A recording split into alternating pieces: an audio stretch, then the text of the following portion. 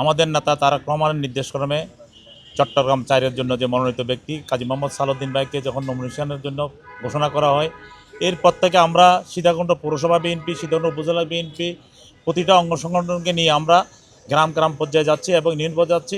তা আমরা মনে করি যে এই পর্যন্ত প্রায় 1.5 মাস হয়ে গেছে আমাদের প্রচার প্রচারণা আমাদের প্রার্থীর পক্ষে। সেই হিসেবে দেখতেছি আমরা আজকের দিন পর্যন্ত আমাদের এখানে কোনো বিশৃঙ্খল পরিবেশ হয় নাই এবং আশা করি সীতাকুণ্ডতে অতীতেও কোনো বিশৃঙ্খল পরিবেশ ছিল না এবং আগামীতেও থাকবে না। তাদের অংশগ্রহণটাকে আমরা সাধুবাদ জানাই। আমরা চাই সবার অংশগ্রহণমূলক একটা সুষ্ঠু নির্বাচন হোক, সবাই ভোটদানে উৎসাহিত হোক এবং সকল রাজনৈতিক দল নির্বাচনে অংশগ্রহণ করুক। আমরা আসছি ইনশাল্লাহ, আমরা এখান থেকে নমিনেশন পেপার নিব।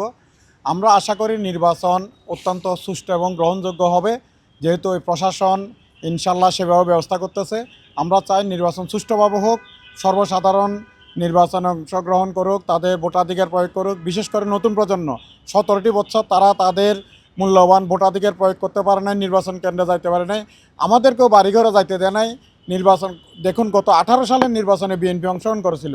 অত্যন্ত দুঃখের বিষয়, তার নির্বাচন যেদিন হবে তার 1 সপ্তাহ আগে থেকে যারা ধানের শীষের পক্ষে কাজ করতেছে তাদেরকে বাড়িঘরে যাইতে দেয় না, প্রশাসন দিয়ে বিভিন্নভাবে তাদের উপরে হুমকি প্রদর্শন, প্রত্যেক কর্মীর বাড়িতে বাড়িতে এবং প্রার্থীর বাড়িতে পুলিশ পাঠিয়ে যাতে তারা বাড়িঘরে আসতে না পারে সে ব্যাপারে তারা ভয়ভীতি প্রদর্শন করে, আমাদেরকে বাড়িঘরে যাইতে দেয় না।